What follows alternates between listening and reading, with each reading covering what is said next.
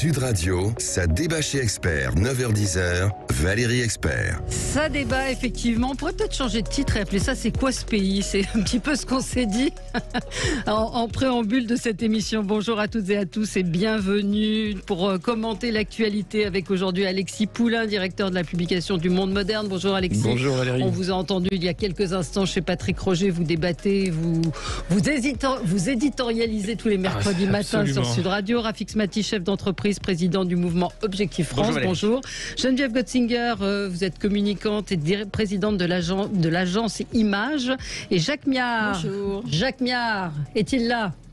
Il est là, Honoré Patrick, ma chère Valérie. Ravi de vous retrouver, maire LR de Maisons-Laffitte. Vous êtes très bronzé, hein? Ben oui, très. Oui, il y a un problème de lumière, je ne sais pas. Non, j'ai pris. Non, pas du tout. Je prends le soleil. Vous avez passé un bel été, c'est parfait. Et vous aussi?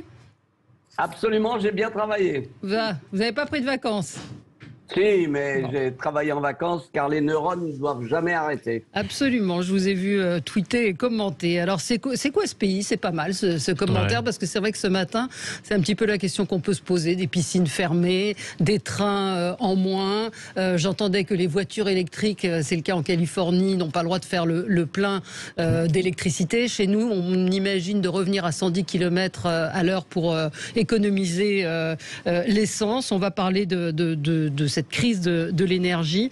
Bref, beaucoup de sujets avec vous et principalement avec vos commentaires aux uns et aux autres. Peut-être que je vais commencer quand même, parce que c'était un peu le sujet de notre débat. Cher Jacques Miard, vous êtes à distance, mais on se posait la question quand même de ce qui est devenu l'information. Alors on y participe, nous aussi, en relevant les petites phrases, mais quand on regarde un petit peu, et c'est aussi ce qu'a fait ce matin Guy Carlier, mais je l'avais moi aussi noté hier, c'est-à-dire que ce débat sur Mbappé qui a occupé pendant 48 heures, enfin Mbappé et surtout Galtier qui a occupé pendant pratiquement 48 heures l'information. On a eu avant Sandrine Rousseau, on a eu l'histoire Pogba, et donc on a eu un mage, enfin un marabout, je ne sais pas si vous n'étiez pas au courant, qui a été invité sur CNews et sur BFM, un marabout qui est venu expliquer en quoi consistait son métier. Hier, BFM et CNews également ont fait réagir le patron de la fédération du char à voile. Je me dis, mais j'imagine les conférences de rédaction, c'est-à-dire de tirer jusqu'au bout.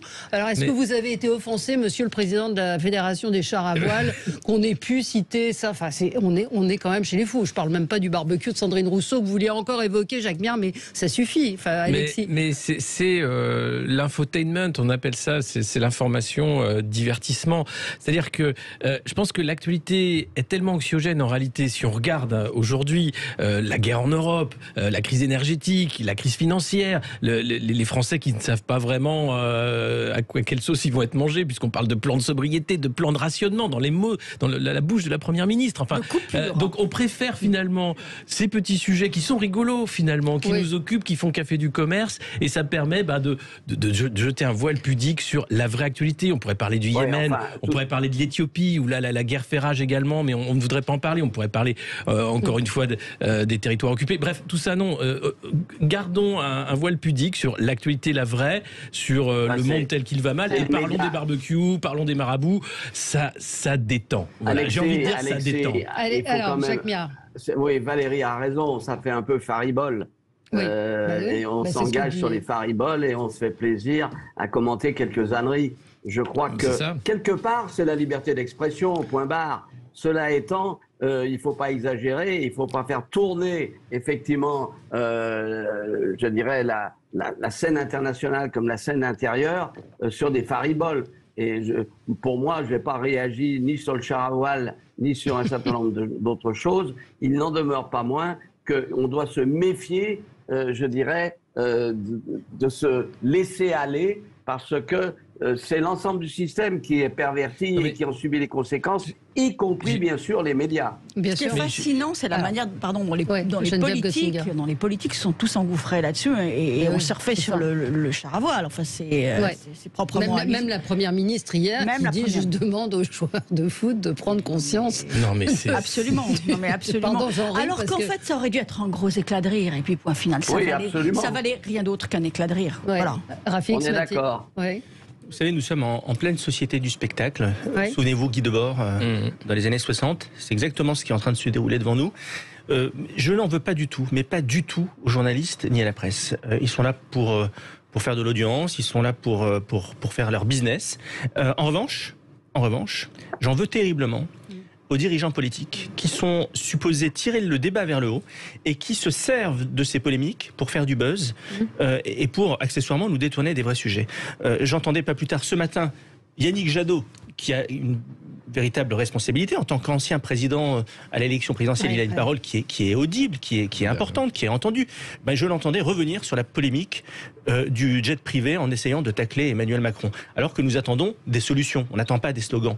Et donc, d'un côté, vous avez des médias qui s'engouffrent dans des polémiques faciles, c'est un fait, mais d'un autre côté, et c'est beaucoup plus grave, vous avez des dirigeants politiques qui n'ont pas pris conscience de la gravité et du tragique de l'époque dans laquelle nous sommes et qui préfèrent l'accessoire et le futile au véritable sujet important de civilisation. Je crois aussi qu'il y a une mécanique qui s'est mise en place dans le débat qui est systématiquement celle de l'accusation-victimisation. C'est-à-dire soit on est une victime et on dénonce, soit on est un accusateur et on pointe du doigt.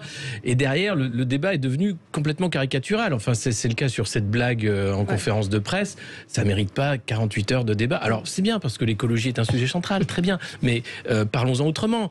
Parlons-en réellement. On pourrait parler de l'Amazonie qui brûle comme jamais elle a brûlé. On pourrait parler du vrai réchauffement climatique. Mais tout ça, c'est voilà, encore une fois, des sujets... Le nez collé, mais même par rapport au PSG, il n'y a pas que le PSG qui se déplace en avion. Enfin, prenons simplement Jean Castex, l'ancien Premier ministre, qui prenait l'avion pour aller voter à Prades. Voilà, ils l'ont tous fait. Enfin, François Hollande lui avait reproché. Mais bien sûr, il prenait même l'avion pour aller inaugurer une ligne de tramway à Nantes. Voilà, donc, et là, on arrive à dire, oui, l'équipe du PSG, donc déjà, c'est une équipe, un avion pour aller jouer. Bon, ça a toujours été, c'est un état de fait.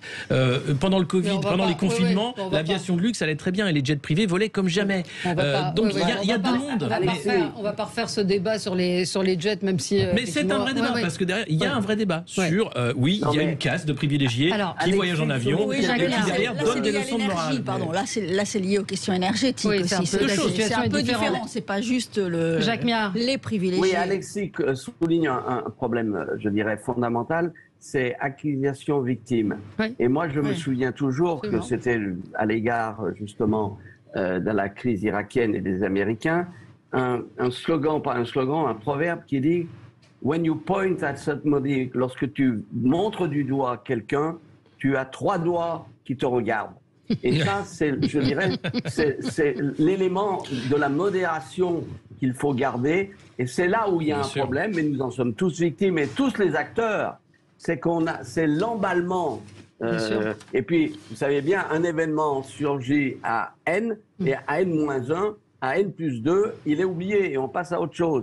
Et c'est là où le moulin médiatique auquel nous participons, tant les journalistes que les politiques, etc., nous devons garder raison. Mais c'est pas facile. Hein. Emballement qui s'accentue encore avec les réseaux sociaux, avec une presse traditionnelle et une presse d'information et une presse en continu qui surfe aussi sur les réseaux sociaux en permanence, qui court après une info relayée par les réseaux sociaux. Avec des choses, avec des méthodes qui sont parfois et de désinformation parfois sur les réseaux sociaux. Oui.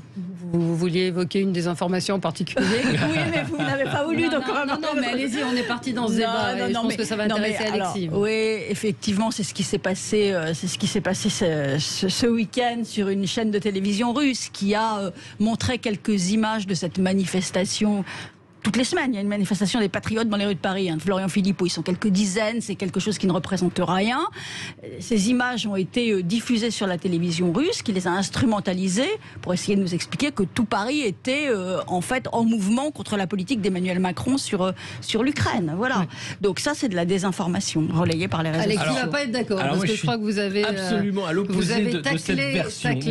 Moi, j'ai taclé LCI, puisque c'était une information LCI qui parlait de propagande d'État, de propagande russe.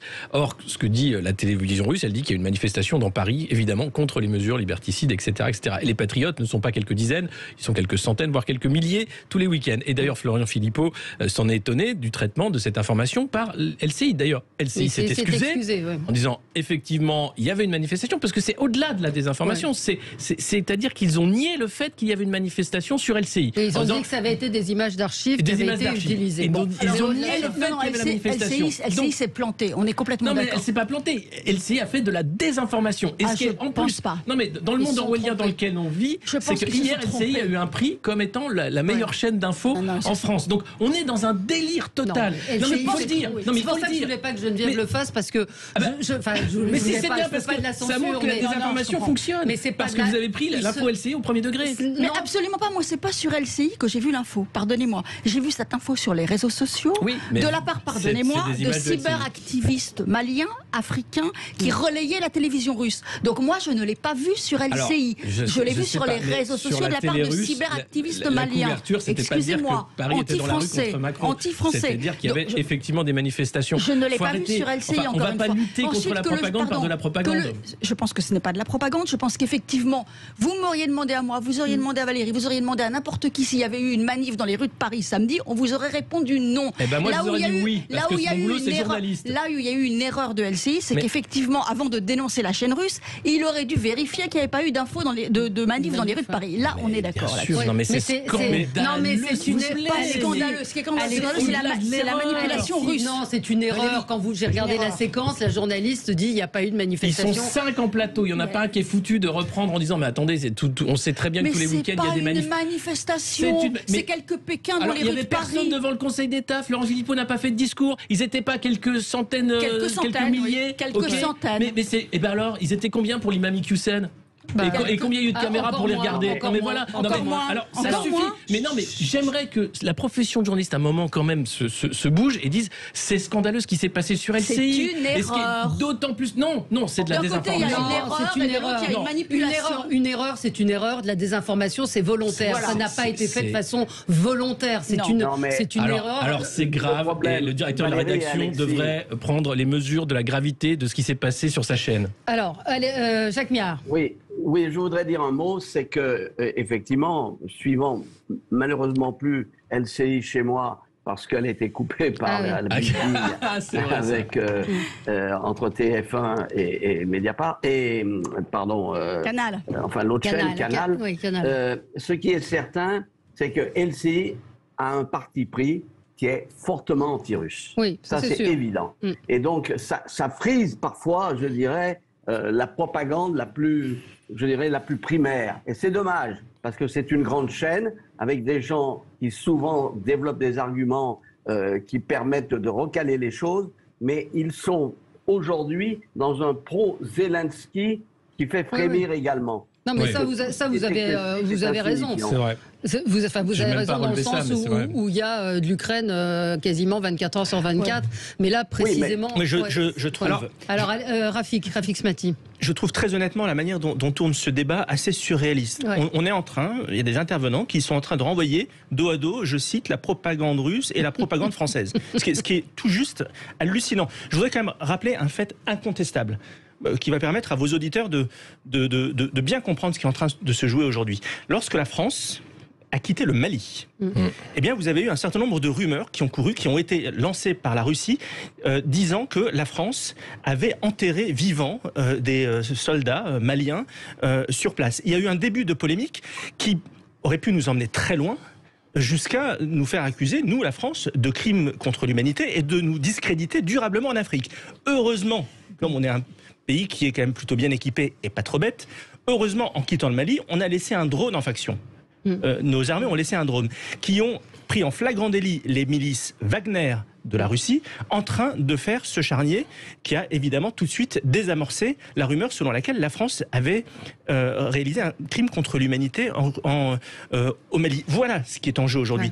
La tectonique politique aujourd'hui et les manipulations que réalise le régime russe sont une entreprise de déstabilisation planétaire, et notamment de nos démocraties. Alors, j'aimerais ajouter quelque chose. Ce que je veux dire par là, c'est que on peut dire que LCI a fait une boulette, incontestablement. Mais dans des périodes difficiles comme nous les traversons, donner le sentiment de renvoyer dos à dos deux types de propagande qui finalement se valent, c'est terriblement irresponsable.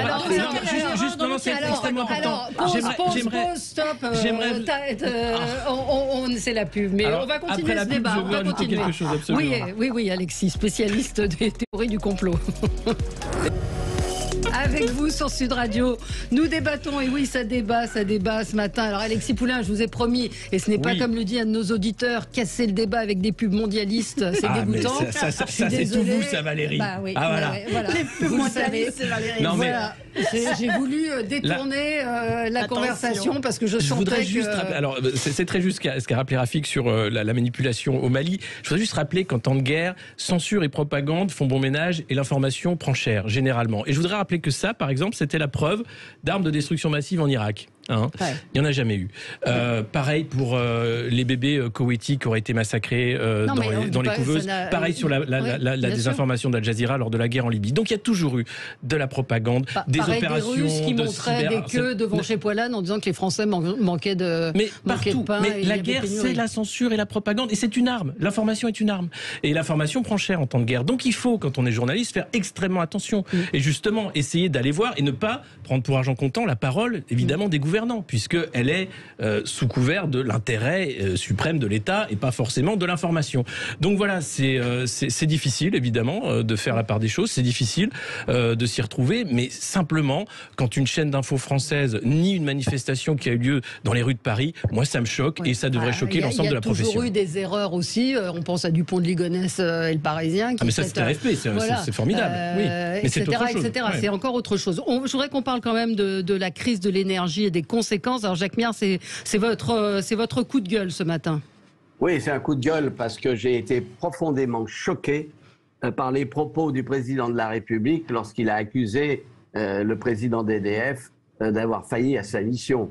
Je rappelle et d'ailleurs le président de la République dans ce même entretien a reconnu qu'il assumait la fermeture de Fessenheim, qui est une faute magistrale.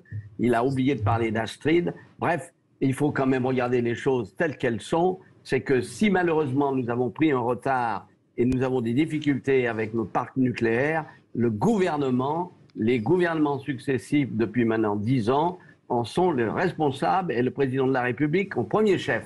Donc je trouve que franchement, là, il pousse le bouchon un peu loin et accuser Lévy de tous les maux, c'est un peu fort de café. Donc je tenais à le dire, en matière, je dirais, de retard français en matière de nucléaire et difficultés que nous avons, il doit assumer sa responsabilité qui est totale à ce titre. Et je tenais à le dire parce que c'est pas comme ça qu'on fait avancer, je dirais, les conditions même pour faire face à cette crise que nous connaissons. Et il faut saluer l'initiative d'Olivier Marleix, qui est à la tête des députés LR à l'Assemblée, qui va lancer une commission d'enquête sur justement la souveraineté énergétique et ce qui s'est passé depuis qu'Emmanuel Macron est à Bercy, puisque la vente d'Alstom à General Electric, et c'était déjà le début de ce détricotage de la filière nucléaire en France. Donc les députés de l'opposition se bougent et c'est une bonne nouvelle. Une commission d'enquête. Oui, Rafik Smati, ça va dans le prolongement de ce que vous vouliez évoquer. Oui, c'est simplement pour répondre à Alexis Poulain, vous envoyez un satisfecit aux députés LR. J'aimerais bien qu'on me dise, quand les LR ont été au pouvoir, combien de centrales nucléaires ils ont lancées. Enfin, c'est tellement facile. C'est une continuité. Oui, bien sûr. C'est tellement facile de critiquer et c'est tellement difficile d'agir. Je pense que Emmanuel Macron se grandirait à assumer sa bourbe s'agissant de la manière dont a été géré le sujet énergétique depuis quelques années. Il y a et ça contribuerait à rétablir la confiance aussi aujourd'hui entre le politique et les citoyens.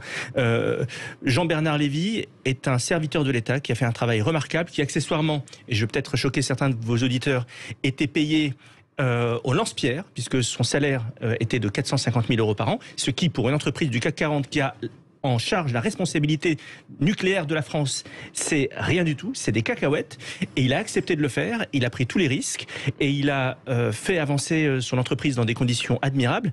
Le politique doit prendre ses responsabilités. On n'est pas là pour faire un procès à Emmanuel Macron aujourd'hui, l'heure n'est pas au procès. Emmanuel Macron doit prendre de bonnes décisions, et il en a pris certaines d'ailleurs en relançant le programme nucléaire, c'est bien, mais à mea culpa serait salvateur. Mais enfin, vous dites on n'est pas là pour faire le procès d'Emmanuel Macron, lui a fait celui du président. Voilà. Mais c'est pas gêné. Non, mais moi, ce qui m'intéresse, vous voyez, c'est comment la France va éviter le blackout électrique l'hiver prochain. Oui. C'est ça qui m'intéresse. Elle va l'éviter en achetant de l'électricité aux Allemands produite par des centrales à charbon. Donc voilà comment elle va l'éviter. Donc effectivement, c'est assez dramatique. Il va falloir. Et ce qui est quand même fascinant, c'est l'obstination d'Emmanuel Macron sur cette question. C'est que je m'obstine, je ne reconnais aucune erreur. Oui, je mets la balle dans le camp des Français. C'est à vous, en les menaçant quand même entre les lignes, demain de couper, de commencer par avoir des mesures de coercition, s'ils ne se plient pas et s'ils ne sont pas suffisamment sages, entre guillemets, alors qu'effectivement, la fermeture de Fessenheim et toute la politique énergétique et la politique liée au nucléaire est catastrophique. Et Emmanuel Macron, oui, mais aussi Elisabeth Borne, qui était ministre de la Transition écologique à l'époque. Donc on a le président de la République et sa première ministre qui sont quelque part responsables de la situation dans laquelle on se trouve. La vraie question, vraie question, c'est il va falloir que nous nous posions la question de savoir, et je pense avoir un début de réponse, comment en quelques années à peine, la France est passée d'un pays souverain en électricité qui produisait une énergie bas carbone à bas coût. Comment on est passé de ça, qui était un instrument de notre puissance et de notre grandeur, à un pays qui va payer son électricité 1 000 € le mégawattheure et qui va devoir importer de l'électricité produite avec du charbon. C'est ça la question cardinale. Eh bien, j'affirme que les principaux responsables de cette situation sont ceux qui se prétendent aujourd'hui écolo. Parce qu'il y a eu aujourd'hui un chantage, il y a eu depuis une vingtaine d'années un chantage des mouvements écologistes français, qui en réalité sont plus d'extrême gauche que écologistes, qui ont monnayé leur soutien politique par un abandon du nucléaire. Et nous avons eu des pouvoirs politiques faibles qui ont cédé à ce chantage et qui ont sacrifié la filière nucléaire. Voilà la raison pour laquelle aujourd'hui, dans cette période tragique, difficile que nous traversons, alors que vous avez des autoproclamés écolos qui fanfaronnent en se prétendant être la solution, eh bien moi je dis qu'ils sont une partie intégrante du problème et que la responsabilité aujourd'hui consiste à relancer un programme énergétique ambitieux, mais basé non pas sur la punition, non pas sur la privation, non pas sur des dogmes, mais sur la science, sur l'innovation et sur la technologie. Non pas sur des énergies alternatives qui fonctionnent pas. La mondialisation est là, il faut s'arrêter parce que c'est la pub et qu'il faut qu'on gagne des sous, mais on continue ce débat tout de suite après. Un débat avec Alexis Poulain, Rafik Smati, Geneviève Gotzinger et Jacques Miard. Donc Rafik Smati posait la question de notre indépendance énergétique, de la responsabilité des écolos. Vous vouliez réagir, Jacques Miard Oui, je voulais réagir parce que je trouve que notre ami Rafik est quand même un peu unilatéral, si je peux me permettre cette expression. Premièrement, en ce qui concerne les manipulations, moi je tiens à vous dire une chose, c'est que le gouvernement français parfois a aussi manipulé les députés dans des informations qui la tuent. Et ça, je peux vous dire qu'en commission des affaires étrangères, notamment sur la question du Proche et du Moyen-Orient, je ne crois plus personne, parce qu'il y a des contre-vérités à longueur de temps et des manipulations constantes.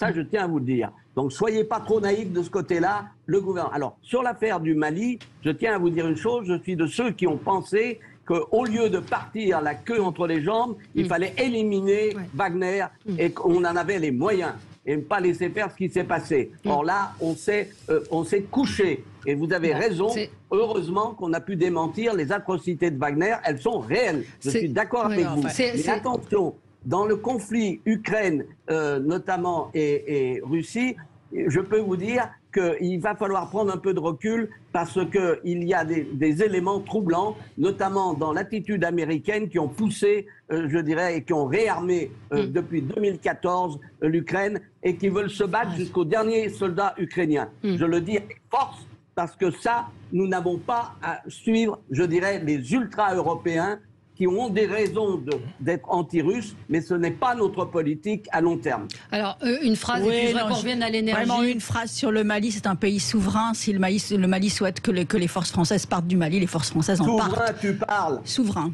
bien sûr. C'est un pays souverain, c'est un pays indépendant depuis 1960. Avec des rigolos qui sont allés prendre leurs ordres à Moscou. Vous trouvez ça souverain, vous? Ah non, mais attendez, qu'il y ait une guerre qui se joue, une guerre d'influence qui se joue en Afrique en ce moment, et que la Russie... Bon, on va pas faire le débat sur le Mali. Je voudrais qu'on revienne à la situation énergétique de la France où tous les jours on apprend. Oui, Alexis, sur les conséquences de cette crise énergétique. Parce que je voulais revenir. C'était mon édito de ce matin sur le monde parallèle des sanctions. Hein. N'en déplaise à Bruno Le Maire qui voulait mettre l'économie russe à genoux. Il y a un rapport qui a été publié en début de semaine. 158 milliards d'euros sont tombés dans la poche des Russes par leur vente de gaz depuis le début de la guerre en Ukraine. Donc de ce côté-là, 158 milliards, c'est du côté russe. Côté européen, c'est la banqueroute des énergéticiens. L'Allemagne qui essaye de sauver Uniper, qui est un géant gazier allemand, qui injecte 4 milliards. Vous avez la Suède qui a mis 10 milliards sur le tapis pour ses entreprises énergétiques. L'Autriche, 2,4 milliards. En France, c'est EDF qui a payé 8 milliards. Alors, on produit de l'électricité, donc c'est un peu mieux, on ne fait pas que l'acheter. Et puis, la découverte par Emmanuel Macron de l'incroyable marché de l'énergie européen. Un truc de dingue. Ça ne fonctionne pas. Encore un truc qui ne marche pas. Et plutôt que de dire que depuis 25 ans, et les différentes lois pour faire en sorte que la loi du marché et la concurrence soient au cœur d'un secteur stratégique comme celui de l'énergie est une erreur, eh bien on va essayer de détricoter avec d'un côté Charles Michel, qui est président du Conseil européen, qui demande à Ursula von der Leyen, présidente de la Commission européenne, de prendre la mesure de l'ampleur du désastre et de faire des lois pour aller à l'inverse. Vendredi, il y aura une réunion des ministres de l'énergie à Bruxelles. Ils vont essayer de trouver quelque chose. Parce qu'il faut arrêter le délire. 1 000 € le mégawattheure quand on le payait 35 € il y a de ça quelques années, alors que le produire coûte beaucoup moins cher. C'est le délire de la dérégulation poussée par l'Union européenne. 25 ans d'erreur. Et on s'entête et on continue. Je pense qu'il est important que... qui l'a exigé. Mais évidemment que c'est l'Allemagne qui l'a exigé. Et tous les lobbyistes de Bruxelles qui étaient très contents de financiariser un secteur stratégique comme l'énergie. Donc, aujourd'hui, il faut se rendre compte que les Français ont payé par leurs impôts les infrastructures, les barrages, les centrales, toute la grille énergétique. On va faire des interconnexions, c'est très bien, mais ça nous appartient. Ça nous appartient, nous, les Français, les consommateurs, et surtout nous qui payons des impôts pour ça. Donc à un moment, il faut aussi que les politiques fassent de la politique et qu'ils arrêtent d'être des bons petits lobbyistes. Parce que la réalité, c'est que quand l'URSS s'est effondré, Gorbatchev a été à la hauteur du moment. Quand l'Europe s'effondre, comme aujourd'hui, il n'y a aucun politique en Europe qui est à la hauteur du moment. Non, mais l'Europe ne s'effondre pas. Je suis désolé, je vois pas. On a un euro qui est quand même à son niveau le plus bas. L'Europe affronte une crise. Ça ne veut pas dire que l'Europe s'effondre. Elle ne fait qu'affronter des crises. Non, mais attendez, pardon. Elle affronte une crise. Elle affronte une crise majeure. C'est la première fois depuis très longtemps qu'une guerre de ce type se déroule sur son sol. Elle va affronter une crise majeure. Elle va devoir. C'est pas tout à fait de la même nature. Là, on repart dans un bloc Est-Ouest. Elle affronte une crise majeure et effectivement, il va falloir qu'elle tienne pendant quelques mois et qu'elle fasse la preuve qu'elle est de son unité. On est d'accord. Mais pour l'instant, l'Europe est unie. Pardon. Pour l'instant, l'Europe est unie. Je voudrais simplement... Alors attendez, Rafik. La Hongrie achète du gaz à la Russie, l'Italie est allée acheter du gaz à l'Algérie à notre place. C'est le génie de réalité. Mais absolument pas. Mais enfin, absolument pas. Rafik Smati. Je crois que, il y a plein de sujets qui s'entremêlent et je veux bien parce que c'est la période qui rend les choses extrêmement complexes. Sur la parité euro-dollar. Il ne faut pas s'auto-flageller. C'est le dollar qui s'est apprécié par rapport à l'ensemble des monnaies du monde et notamment l'euro. Oui, sauf qu'on n'a pas su résister. Et un euro bas, c'est pas forcément une mauvaise nouvelle non plus. Airbus va vendre plus d'avions et nous qui sommes un pays touristique, ça donnera l'opportunité d'accueillir plus de touristes. Enfin, je ne veux pas entrer dans un débat d'experts techniques, mais c'est quand même le sujet. Ensuite, l'Europe a fait des erreurs, c'est évident. La principale d'entre elles, on parlait tout à l'heure de politique énergétique et de nucléaire. Il a fallu que la France bataille dur pour faire rentrer le nucléaire dans ce qu'on appelle la taxonomie, c'est-à-dire les énergies propres. C'est-à-dire que jusqu'à il y a quelques mois et sans l'action de la France, eh ben nous aurions eu le gaz qui aurait été considéré par l'Union européenne comme une énergie propre, et on aurait eu le nucléaire qui aurait été en dehors de ça. Donc, et là, évidemment, il y avait un dogmatisme qui est absolument suicidaire. Et c'est vrai que la Commission européenne actuelle a failli à de multiples reprises ces derniers mois. Mais encore une fois, ne jetons pas le bébé avec l'eau du bain.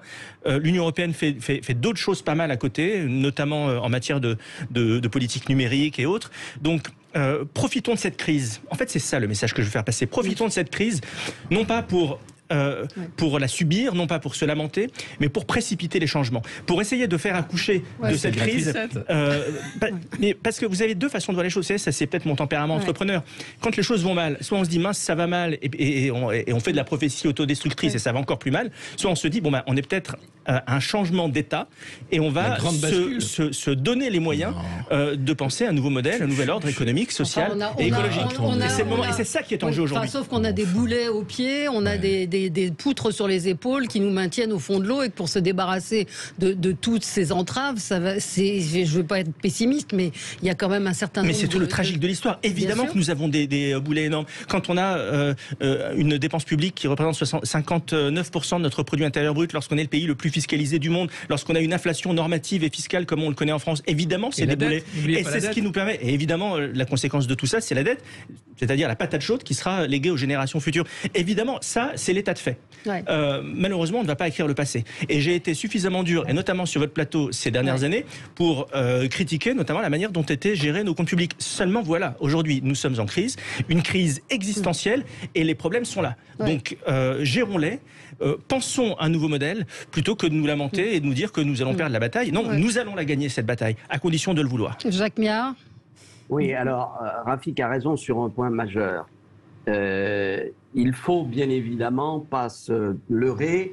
L'Europe est une réalité géographique d'abord. Et donc nous avons besoin de coopération entre tous les États, c'est évident. Le problème, c'est qu'il y a un certain nombre de gens, notamment la Commission actuellement, qui pousse à une sorte d'intégrisme européen. Donc il faut de la souplesse dans le système que ne permet pas les traités actuels. Donc à mon avis, il y aura une... Deuxièmement, dans les malheurs qui sont les nôtres, ne jamais oublier, ça a été dit tout à l'heure, qui a cassé et voulu casser EDF, c'est l'Allemagne. Et l'Allemagne poursuit ses intérêts. C'est ça, il faut quand même regarder la réalité en face.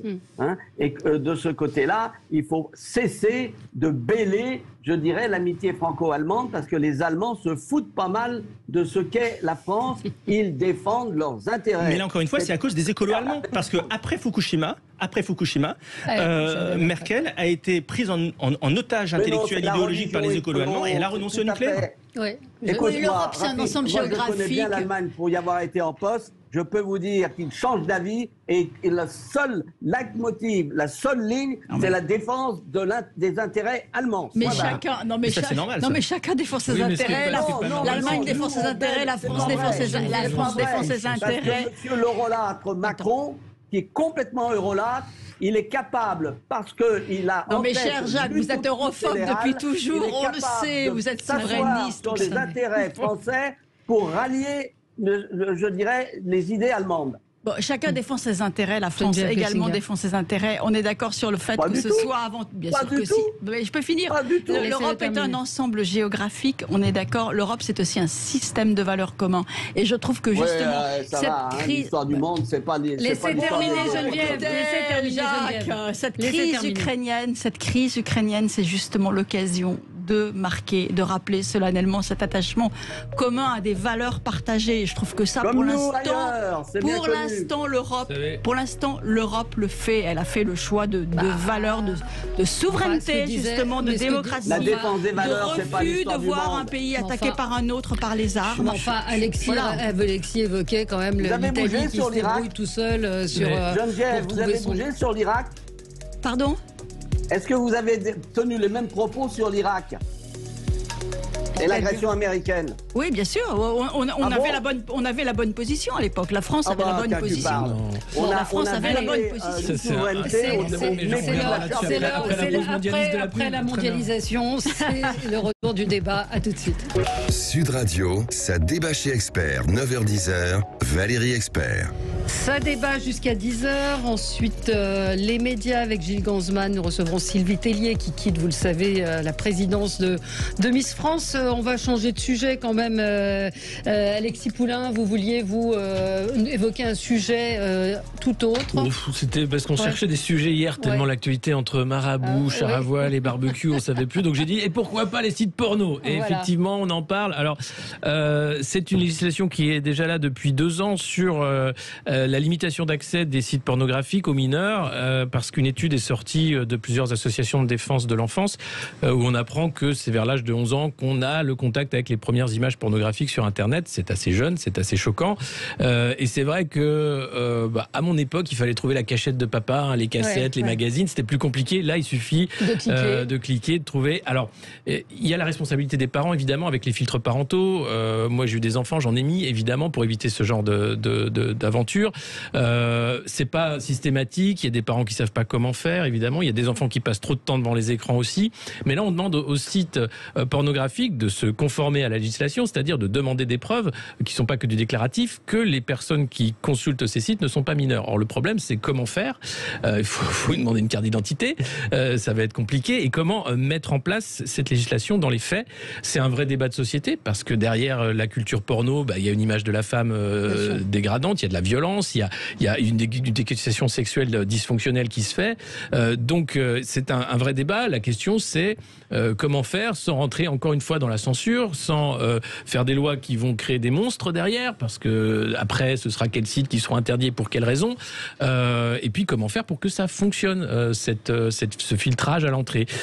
Donc il y a les opérateurs qui se sont mis aussi du côté des parents en rendant plus facile d'accès et d'utilisation les filtres parentaux, les fournisseurs d'accès également qui font davantage attention.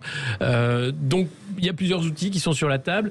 L'outil coercitif législatif, ce serait en dernier recours évidemment. Maintenant, à trouver comment ça peut fonctionner dans le monde numérique, ça reste très compliqué, mais c'est un vrai débat de société. Donc ce sont les 5 principaux sites pornographiques qui ont décidé de répondre, et c'est une question prioritaire de constitutionnalité qui a été soumise par le conseil par les conseils, donc par les avocats de Pornhub, qui est un de ces sites. Vous avez des enfants, c'est compliqué de réguler et d'interdire l'accès à ces sites aux enfants, même avec les filtres. Le rapport au numérique fait partie des enjeux de ce siècle. Ça concerne évidemment le porno, mais ça concerne aussi le colportage des théories complotistes, les images violentes, etc. Et je crois que, et c'est pour ça que c'est bien que nous en parlions aujourd'hui, il est important que chaque parent soit conscient de l'enjeu qu'il y a derrière, soit conscient d'abord pour appliquer un certain nombre de méthodes, vous en parliez, les filtres parentaux, etc. Et puis au-delà de ça, parce que malheureusement la technique ne pourra pas tout faire, qu'il y ait une éducation forte qui puisse transmettre un cadre pour que nos enfants puissent bien se repérer dans ce cadre, parce que nous allons malheureusement aller dans un monde où il va y avoir de plus en plus d'excès qui vont être transmis dans les réseaux numériques. Il faudra surveiller ces excès, mais ils ne pourront pas être complètement jugulés non plus. Donc ça passe en grande partie par l'éducation et par des solutions techniques qui, à la marge, pourront faire leur office. L'éducation par les parents, ça c'est quand même la base, de ne pas mettre ses enfants devant l'accès aux écrans, c'est très compliqué. C'est pas toujours facile. C'est toujours très compliqué. Et l'enseignement à l'école aussi. L'enseignement de base à l'école sur la manière dont ça fonctionne, sur la désinformation. Mais on voit bien l'impuissance parfois, l'ARCOM qui essaye qui a essayé de se saisir de cette affaire et qui aujourd'hui voit que face à elle, il y a une résistance assez forte, Jacques Miard. La première chose, ne jamais laisser des ordinateurs dans la chambre des enfants. Oui, mais sauf qu'ils travaillent dessus maintenant, c'est ça. Attendez. À ce moment-là, on peut le contrôler, ça se fait le jour, ça se fait pas le soir. Et là, c'est une responsabilité des parents, parce que effectivement, je suis d'accord avec Rafik sur ce point, c'est pas la technique qui va résoudre le problème. Et ça devient, le problème est que ça devient une addiction aussi. Nous en sommes tous là. Moi, je passe des heures et des heures devant mon ordinateur parce qu'on m'assaille, bien évidemment, de questions et autres. Et donc, il y a un problème majeur de cette société qui est complètement digitalisée et qui devient totalitaire par certains côtés. Et ça pose un problème majeur. Mais je crois que pour ce qui est des enfants, il faut commencer par soustraire les ordinateurs et ne pas leur laisser accéder aux ordinateurs et de le contrôler. Et c'est aussi simple, c'est pas aussi simple que ça, c'est un défi majeur que non. Quant à la QPC, que ce site a voulu, je dirais, instrumentaliser et présenter au Conseil constitutionnel, il a toutes les chances de terminer, je dirais, par un échec, parce que le législateur est en droit, de ce côté-là, de protéger les enfants. Ouais. Protéger les enfants et aussi, il faut rappeler ces derniers mois les scandales qui ont entaché cette industrie pornographique de viol, de trafic humain, qui sont terribles. Donc il y a une réalité quand même derrière qui est grave, et donc c'est important qu'on comprenne l'ampleur de ce thème. Alors autre thème qui surgit, qui est dans l'actualité, mais encore une fois cette nuit, une femme tuée lors d'une opération. Alors c'est le titre du Point, d'une opération antidrogue. En gros, c'est une voiture qui a foncé sur des policiers de la BRI à Rennes. La passagère a été tuée, le conducteur et un policier ont été blessés. C'est tous les jours. Les délits de fuite, c'est tous les jours. Et ça, moi, je vois cette information qui vient de tomber, ça me révolte qu'il ne se passe rien et qu'on ait des mots, Gérald Darmanin qui s'agite, c'est absolument inadmissible. Hier, Madame Borne a parlé davantage de forces de l'ordre et d'un budget de 15 milliards d'euros pour le ministère de l'Intérieur. Mais c'est encore des chiffres, c'est-à-dire que la réalité du terrain, c'est la violence, c'est le non-respect de l'uniforme, c'est systématiquement ce type de violence et c'est encore un problème de société. Il y a un problème de réponse, c'est-à-dire que là, vous allez voir qu'on va avoir des gens qui vont nous dire que les policiers tuent. Oui, bien sûr, systématiquement. Mais la réalité, vous le dites aussi de temps en temps. Non, j'ai dit qu'il y avait des violences policières. Il y en a eu. Oui. Elles ont été documentées. Et la police des polices a travaillé. Il y a quelques enquêtes qui ont abouti. Et il ne faut pas nier le fait qu'il y ait parfois, certains fonctionnaires des forces de l'ordre dépassent le cadre légal et font des bavures. Mais la réalité de la police, c'est la violence. C'est eux qui sont confrontés à la violence quotidiennement. Et elle est de plus en plus grave. Quand on voit les caches d'armes qu'il y avait eu lors des affrontements entre Tchétchènes et dealers à Dijon, et Rebsamen, le maire de Dijon, qui disait qu'il n'avait pas vu d'armes alors qu'il s'exhibait sur les réseaux sociaux avec des mitrailleuses dernier modèle, c'est grave. C'est-à-dire qu'il y a des équipements, des façons de faire, une violence aussi du trafic qui fait qu'aujourd'hui, tout mais il y a peut-être, il faut peut-être réfléchir, là aussi, Rafik Smati parlait de transformation, il y a peut-être une manière de réfléchir aussi à transformer la façon dont la police peut répondre et répliquer. Sauf que à chaque fois... La police représente l'autorité, Valérie. Oui, mais qui aujourd'hui, quand vous avez un délit de fuite toutes les 20 minutes, un délit de fuite toutes les 20 minutes...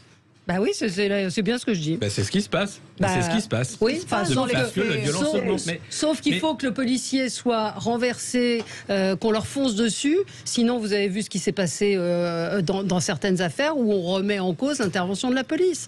On va pas rentrer. Vous savez. Alors attendez, je voudrais que tout le monde puisse exprimer Rafik Smati.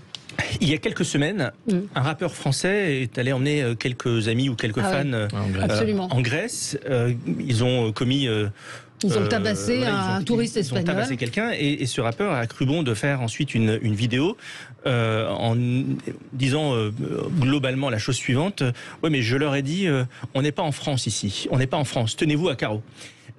C'est tellement révélateur du processus de désarmement intellectuel, moral, philosophique dans lequel nous nous sommes engagés depuis maintenant une trentaine d'années. L'enjeu qui est le nôtre aujourd'hui face aux enjeux de sécurité, c'est évidemment un enjeu de moyens. De la police et des forces de sécurité en général, et nous en prenons le chemin et c'est fort bien, mais il y a aussi un enjeu majeur qui est celui de la justice, parce que pour que c'était Pascal qui disait ça, pour que la force soit juste, il faut que la justice soit forte. Or aujourd'hui, même si le budget de la justice a été augmenté ces dernières années de 30%, on a quand même aujourd'hui un budget de la justice qui reste équivalent au budget du ministère de la Culture. Je n'ai rien contre le ministère de la Culture, mais ça donne un petit peu une échelle de valeur. Aujourd'hui, si vous n'avez pas peur d'être puni par votre délit, eh bien, vous allez faire un pied de nez aux policiers, et même s'ils sont plus nombreux, ils ne pourront pas, hélas, faire grand-chose. Donc, nous entrons dans un monde où aller faire le malin aux États-Unis ou dans des pays vous allez vous retrouver coffré immédiatement. Eh bien, la police et la justice et l'État républicain doit faire peur, mais faire peur justement, mais vous dites, arbitrairement. Bien sûr, Jacques Miard, vous dites la police c'est l'autorité. Je trouve que j'étais en Espagne, quand la Guardia Civile se met à vous contrôler, ou se met à un rond-point, ils ont cagoule, fusil mitrailleur en bandoulière, ils sont nombreux, et je peux vous dire que vous ne faites pas le malin quand ils vous arrêtent. Donc il y a un problème d'autorité, très clairement. De l'État. C'est pas simplement un problème d'autorité, c'est un problème d'instruction et d'acceptation, effectivement, que si un individu ne s'arrête pas à un contrôle de police, il est en tort. Point barre. Et il fut un temps où effectivement la police française, lorsqu'il y avait des manifestations, je dirais, qui étaient des véritables émeutes, utilisait la force. Et il y a eu des morts. Croyez-moi, si les malfrats savaient que s'ils ne s'arrêtent pas, ils risquent de prendre quelques balles dans la peau, ça s'arrêterait vite. Faut-il autoriser les policiers à utiliser la force? On a vu aussi sur les réseaux. Ils l'utilisent. Non, mais on peut estimer qu'ils l'utilisent trop tard, qu'effectivement ils se. Mais c'est quand même un équilibre à trouver entre le respect de l'état de droit. On vit dans un pays de droit et l'efficacité. Et l'efficacité de la police qui est nécessaire pour pas tomber dans un état de jungle. Donc c'est cet équilibre-là qu'il faut trouver. Policier qui n'est pas souhaitable non plus. Donc, exactement. Donc l'état de droit, oui, on a besoin d'une police forte. Républicaine, forte. Et on a aussi besoin d'une éducation qui éduque les jeunes et les quand vous parents voyez aussi. les trois la police est un service public. Quand vous voyez les 3 délinquants de 15 ans qui ont attaqué cette femme de 89 ans, vous parlez d'éducation. Oui, parce que c'est un problème. Ouais. Ça me permet de vous déconseiller d'aller voir le film Rodéo aujourd'hui qui sort. Glorification des rodéos urbains. C'est pas du tout romantique, c'est pas du tout fascinant. Des gens sont morts, des enfants ont été blessés, tués. Et la réalisatrice dit c'est la police qui pousse les riders vers la mort. Eh bien, je boycotterai ce film et je vous encourage à le faire. Voilà, dans un instant. Regardez ce qui se passe en Angleterre. Allez revoir Paris aujourd'hui, qui sort aujourd'hui. Oui, absolument. Paris, je crois. Très beau. Ça a l'air très beau. Allez, on se retrouve nous dans un tout petit instant pour l'émission Média. Tout de suite.